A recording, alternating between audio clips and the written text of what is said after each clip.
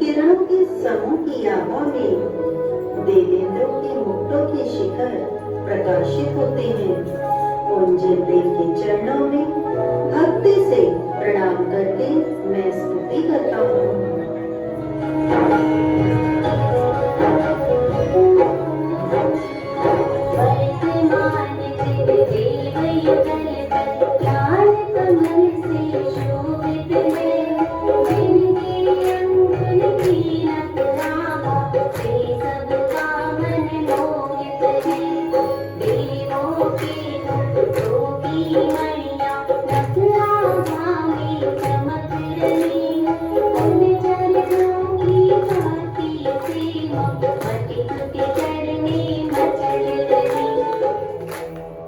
जो जिनेंद्र भगवान की कुल में उत्पन्न हुआ है वह ही वीर भगवान का वंशज है, अर्थात उसके कुल देवता भगवान महावीर ही हैं।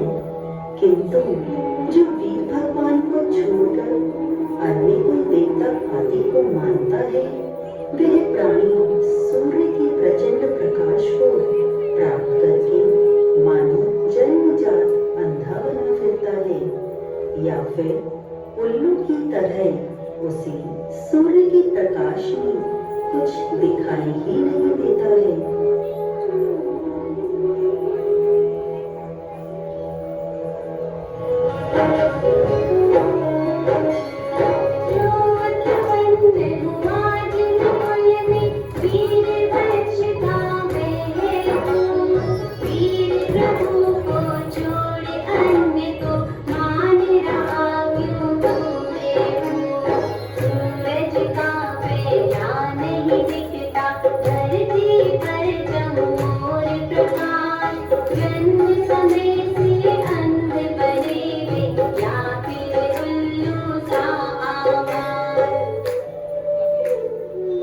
रागादि दोष से युक्त मन वाले देवताओं की सेवा किसी को कभी भी उत्कृष्ट अतिशयकारी फल नहीं देती है। सदैव जिनेंद्र भगवान रूपी कल्प वृक्ष की सेवा करो। क्या कभी कल्प वृक्ष की सेवा भी बिना फल वाली या निष्फल हुई है? अर्थात नहीं हुई है। सहित रही जो ऐसे जीवों की सेवा, क्या अतिशय फल दे सकती है सेवा शिव सुख की मेवा। शिव जिन वर है कल्प वृक्ष सम, उनकी सेवा सदा करो। कल्प वृक्ष की सेवा भी क्या अल्प पराया निष्फल हो। जो बेअंतर और भवनवासी आदि देवों का समूह है वे देव भी जिनेंद्र भगवान को नमन करके सुख प्राप्त करते हैं। उन्हीं देवादिदेव के शुभ नाम का पवित्र मंत्र यदि सभी अनिष्टों का नाश कर दे तो इसमें विस्मय क्यों करते हो?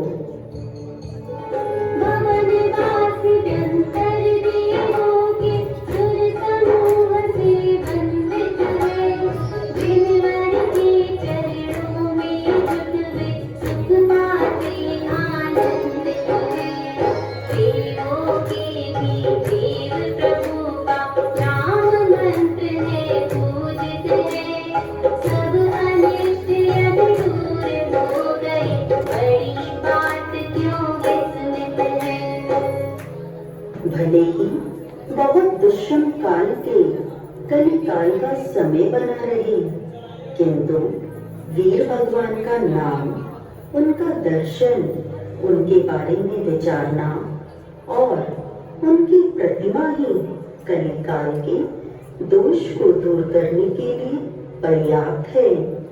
अरे जिसे गरुड़ मंत्र के विधान की सिद्धि हाथ में आ गई हो उसे कालसर आदि योगों का भय क्या करेगा?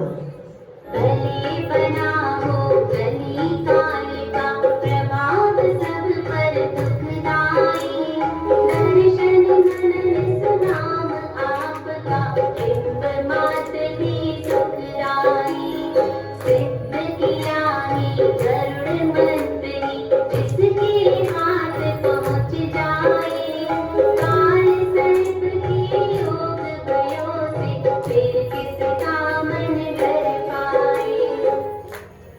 गर्भ कल्याण के समय प्रतिदिन बहुत रत्नों की वर्षा होती है। जन्म कल्याण के समय पूरे लोक में एक क्षण के लिए शांति हो जाती है। आपके जन्म समय के सर्वोत्कृष्ट 10 गुण हैं, किंतु सूक्ष्म रूप से उन गुणों के भाव को कौन गिनने में समर्थ हो सकता है? अर्थात कोई नहीं। गर्भ समय के कल्याणक में प्रतिदिन रत्नों की वर्षा, जन्म समय के कल्याणक में सतलोक में सुख हर्षा, सूक्ष्म रूप से तब गुण कण को गिनने में हो कौन समर्थ, अतिशय जो मूर्त रूप है तब जो उनमें कितना अर्थ। आइए जानते हैं भगवान के जन्म के अतिशय कौन से होते हैं। शरीर का पसीना रहित होना, मन मूत्र रहित होना, सुंदर रूप होना, श्रेष्ठ प्रथम संस्थान, उत्कृष्ट सहनन, शुभ लक्षणों से सहित सुगंधित शरीर का होना, अपार शक्ति होना, सबसे प्रेम पूर्वक बोलना, किसी से समानता नहीं रखने वाला, शरीर में सफेद रक्त का होना, ये भगवान के जन्म के 10 अतिशय हैं।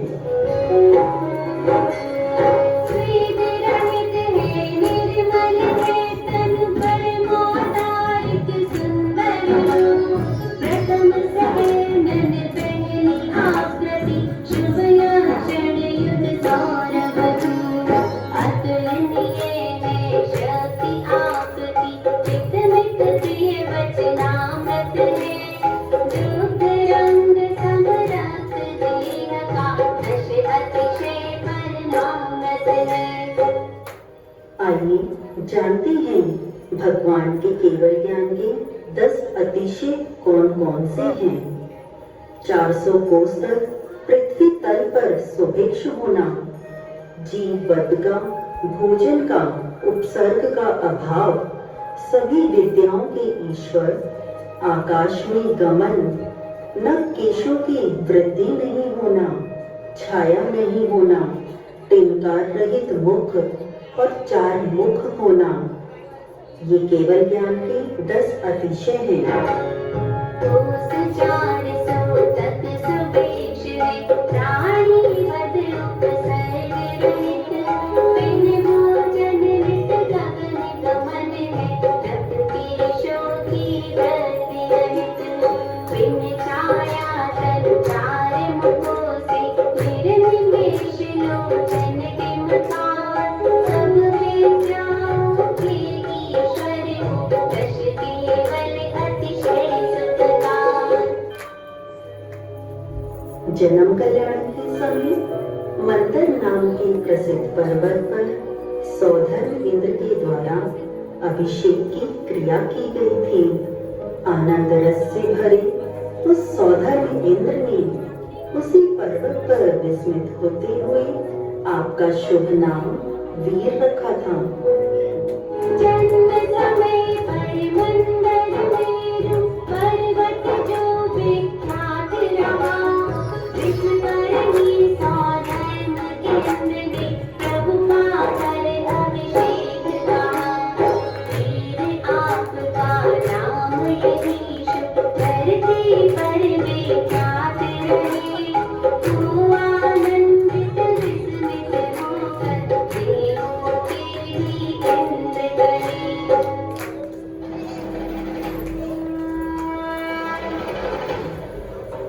आइए देखते हैं 3 लोक के नाथ के जन्म की खुशी पर किस प्रकार सौधर्म इंद्र तांडव नृत्य करता है।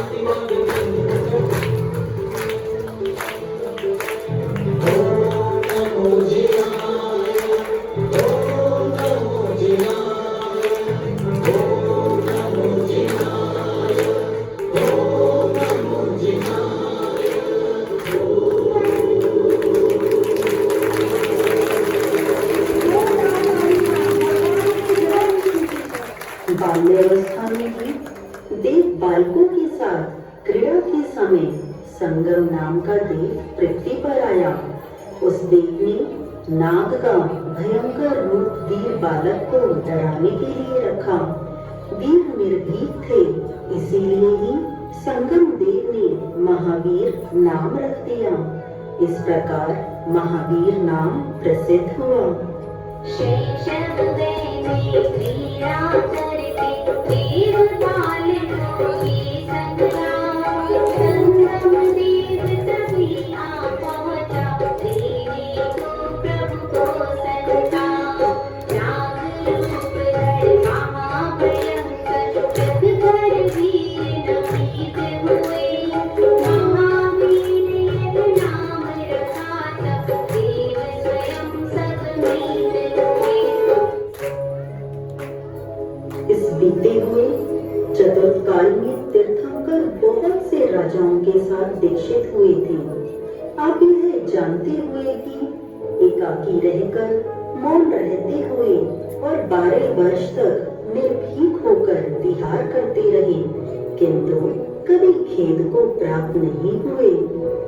इस चतुर्थ काल में जितने पहले जो तीर्थेश हुए, कई कई राजाओं के संग दीक्षित हो तब जानते, आप जानते थे यह भगवत, फिर भी आप न खेद किए, मौन धार कर एकाकी हो 12 वर्ष विहार किए। दीक्षा कल्याणक होने पर आप तप में लीन हो गए थे। आप सहनशील योगी थे, अकेले ही विहार करते थे। उज्जैन नगरी के शमशान में जब आप समाधि धारण किए थे, तभी उग्रता के साथ हुए उपद्रव को सहन किया, जिससे आपकी अतिवीर संज्ञा हुई। तप कल्याणक होने पर प्रभु तप में ही संलीन हुए, एकाकी बनकर विहार कर सहनशील योगी जो हुए। उज्जैनी के हरघट पर जब आप ध्यान में लीन हुए, सुप्रभात सह करके ही नाम लिया अतिवीर हुए। जो अनेक प्रकार के बंधनों से बंधी थी, पीड़ित थी, रोती रहती थी, समय को गुजार रही थी, ऐसी चंदना ने भी भक्ति और उल्लास से जब आपकी विभुता को देखा, तो आपको देखने मात्र से हे भगवान, वह भय मुक्त हो गई थी। नानाविध बंधन तारन का जो परिजन में बंधी पड़ी, पीड़ित होकर रोती रहती, कष्ट सहे हर घड़ी घड़ी।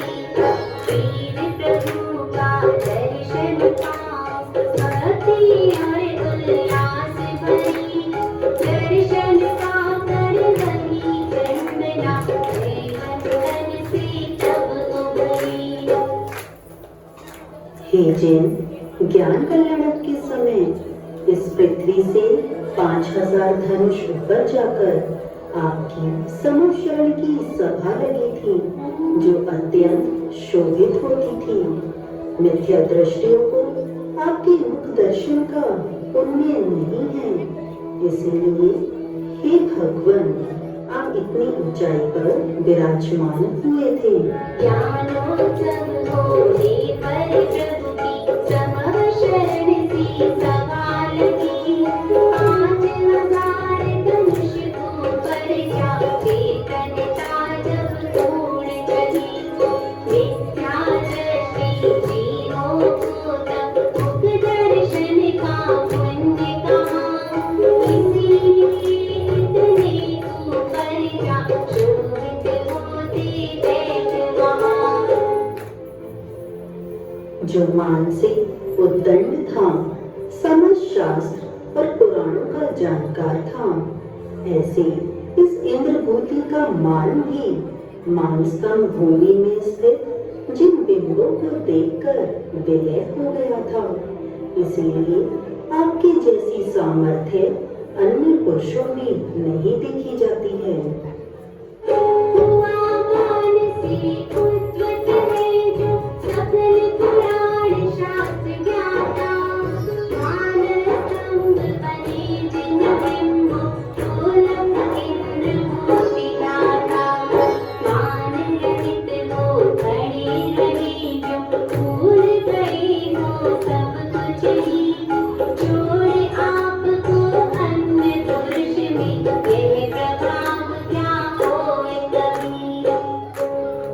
तीनों छत्र आपके वैभव का वर्णन इस लोक के लोगों के लिए कह रहे हैं।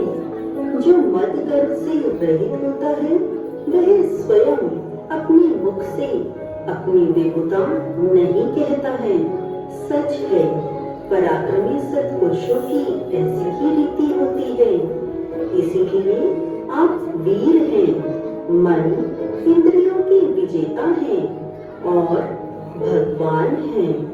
तीन लोक में प्रभु का धैर्य, तीन छत्र कहते हैं। मद घमंड से रहित हुए जो कैसे कुछ कह सकते हैं। महापराक्रमशाली सज्जन इसी रीति से रहते हैं। इसीलिए तो वीर जितेंद्रिय भगवान तुमको कहते हैं। लोभी लोग इस संसार में अपने मन के लोभ के कारण सैकड़ों उपाय करके सिंहासन पर बैठना चाहते हैं। आपको सिंहासन का लाभ होने पर भी आप उससे 4 अंगुल ऊपर रहे। अन्य लोगों के साथ आपकी तुलना बताओ कैसे की जाए। देखा जाता है लोभी सिंहासन पर बैठन को, कहीं उपाय सैकड़ों जगमे बनते लोग की हो। सिंहासन का लाभ हुआ आप 4 अंगुल ऊपर, कहो आप जाने लोगी क्या और कहीं हो इस ये सुंदर चामरों का समूह बार बार ऊपर जाकर नीचे आ जाता है।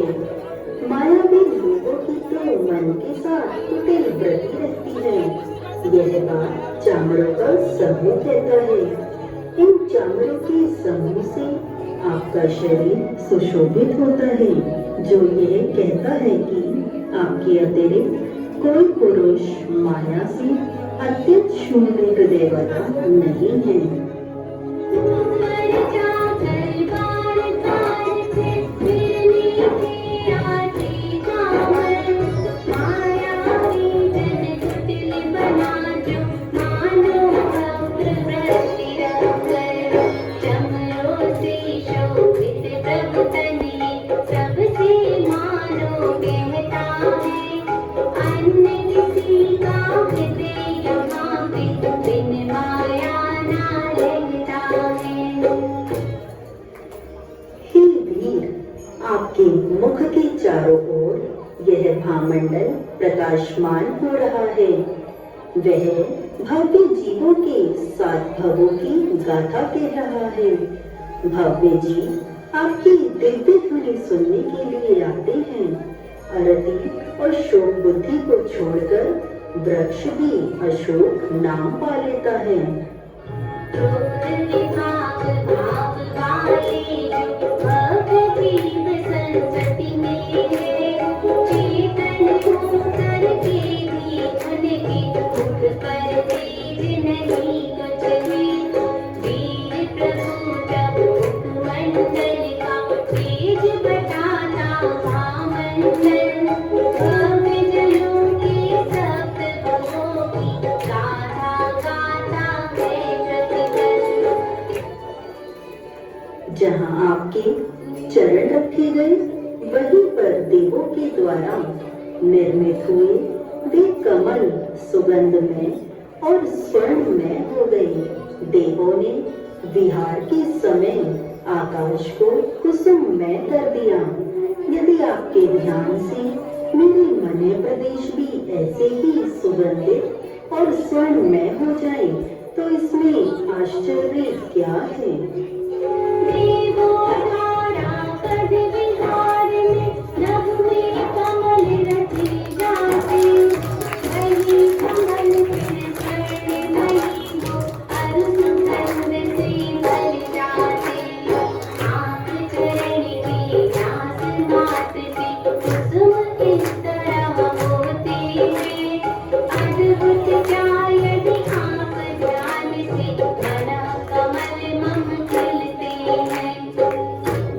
इस प्रकार चतुर्दशी की तिथि में योगों को संकुचित करके चौथे शुभ शुक्ल ध्यान के कारण से मुक्त हुए पावापुर के आनंददायी पद्म सरोवर पर स्थित होते हुए आप निर्वाण प्राप्त करके लोक के शिखर पर ठहर गए।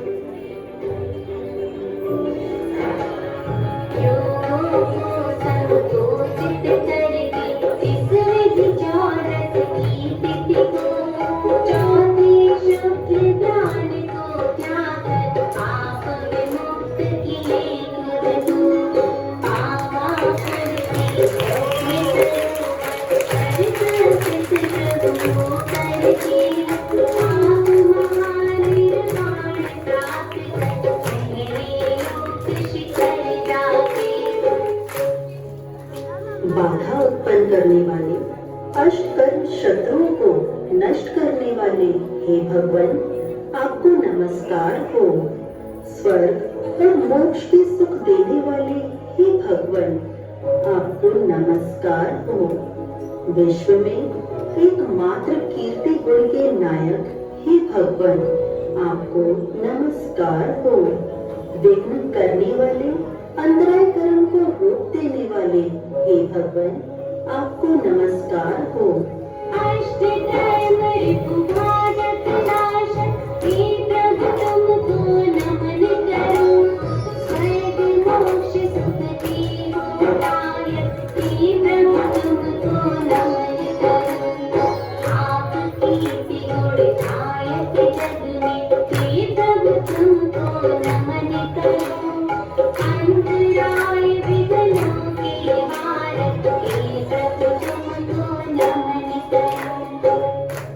इस पृथ्वी पर जो भव्य जीव भाव भक्ति के साथ अपने चित कमल में भगवान को स्थापित करके इस स्तोत्र को करता है और सुनता है, वह विघ्नों को नष्ट करके उचित कार्य में सफल होता है तथा हर क्षण बढ़ने वाले ज्ञान और सुख को प्राप्त करता है।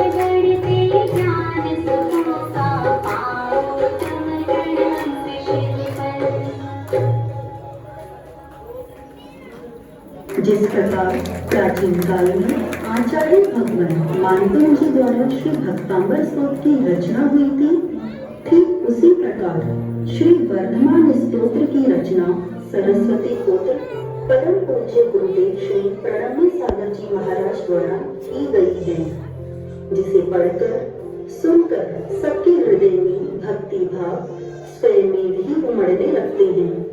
यह हम सबके तीव्र पुण्य कर्म का उदय है कि परम पूज्य गुरुवर श्री प्रणम्य सागर जी महाराज द्वारा रचित श्री वर्धमान स्तोत्र के द्वारा हम भक्तों का हृदय प्रभु के चरणों की भक्ति में लीन हो जाए और उससे उत्पन्न ऊर्जा से हमारे दुष्ट कर्मों का दहन हो जाए। यही संपूर्ण आगम या जिनवाणी है। मुनि श्री प्रणम्य सागर जी की प्रस्तुति रचना का प्रत्येक छंद उनके प्रणम्य नाम को सार्थक करता है। जोरदार तालियां इस छोटी सी